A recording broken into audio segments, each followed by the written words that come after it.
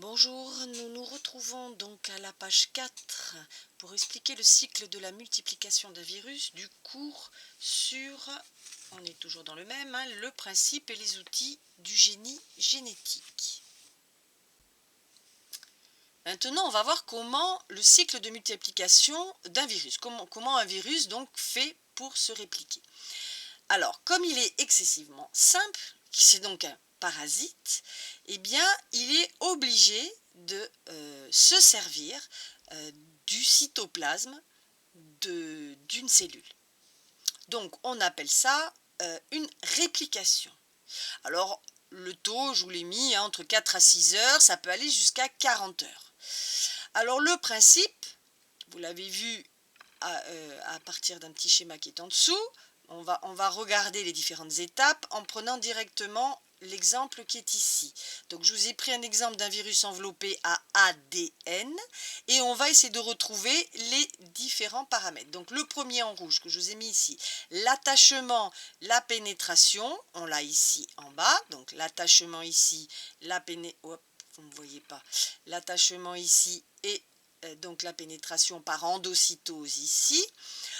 On a notre ADN viral qui est tout seul dans le cytoplasme. Il va rentrer, donc ici vous l'avez, décapsidation numéro 3 ici, donc le génome est libéré, rentre dans le noyau. Le 4, la réplication ici, donc vous voyez que votre ADN maintenant est capable d'être copié par la transcription.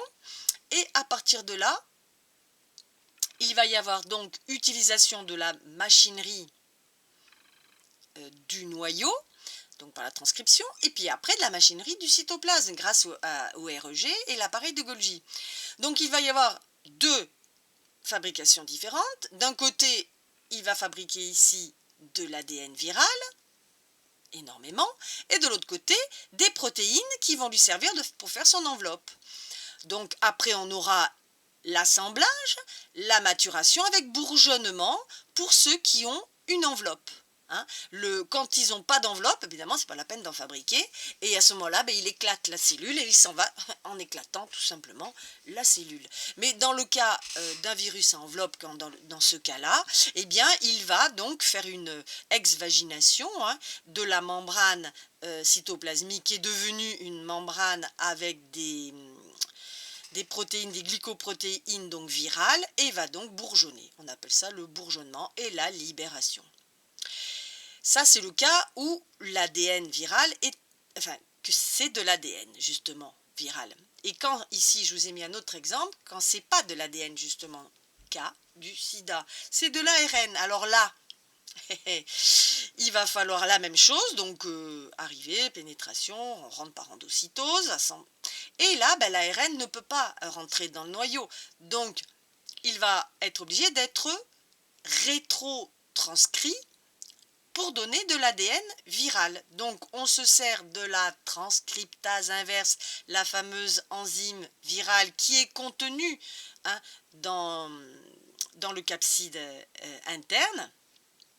Et à ce moment-là, vous avez la transformation, l'uracile se transforme en thymine et on se retrouve avec de l'ADN viral. Là, c'est comme dans l'autre, il rentre dans le noyau, il fabrique d'un côté les glycoprotéines et de l'autre de l'ADN viral et il y a bourgeonnement. Voilà, la seule différence avec l'autre, c'est qu'il est obligé de faire une rétrotranscription pour redonner de l'ADN et ça, il peut le faire puisqu'on a vu pour le sida qu'il a des enzymes donc virales de transcriptase inverse.